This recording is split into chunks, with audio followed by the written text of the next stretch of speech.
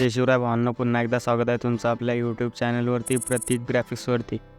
तर मित्रांनो, आज आपण या व्हिडिओमध्ये जो आपण वॉटरमार्क बॅनरमध्ये ॲड करतो म्हणजेच आपला लोगो, तो कसा बनवायचा हे आज शिकवणार आहोत.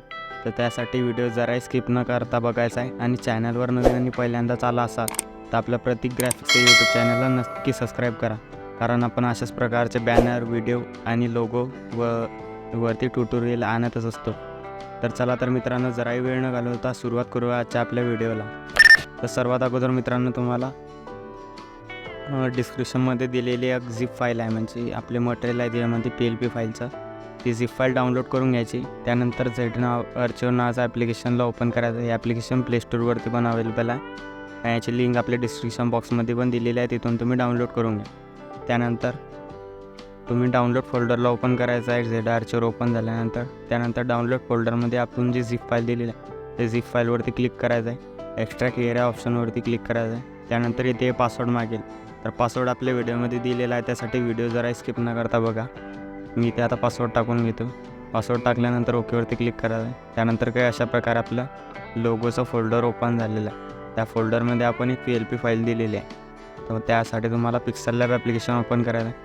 3 डॉटवरती क्लिक करायचं आहे. ओपन .plp फाईलवरती क्लिक करायचं आहे. .plp वरती क्लिक करायचं आहे आणि ज्या फोल्डरमध्ये आपण फाईल एक्स्ट्रॅक्ट केली होती ते फोल्डर ओपन करून घ्यायचं आहे.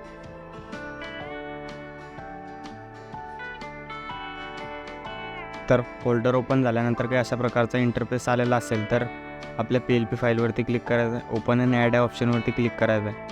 त्यानंतर काही अशा प्रकारे आपला लोगो आहे तो ओपन झालेला आहे.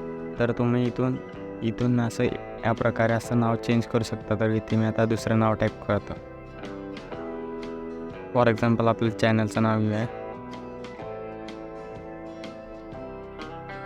त्यानंतर ओकेवरती क्लिक करायचं आहे आणि लेअरवरती क्लिक करून थोडंसं पोझिशन ॲडजस्ट करून घ्यायची अशा प्रकारे.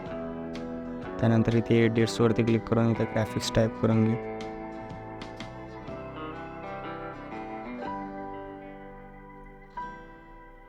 तर काही अशा प्रकारे आपला लोगो तयार झालेला आहे. तर या लोगोला इथे क्लिक करायचं आहे. ट्रान्सपरंट बॅकग्राऊंड सिलेक्ट करायचं आहे.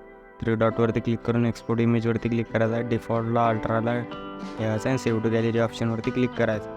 त्यानंतर आपला लोगो जो आहे तो डायरेक्टली आपल्या गॅलरीमध्ये सेव्ह होईल.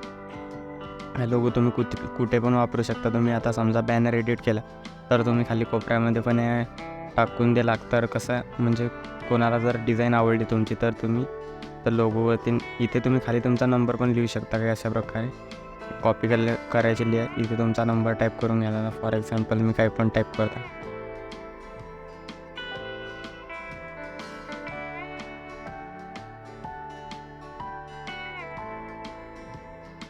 तर यावाला सिम्बॉल टाईप करून घ्यायला.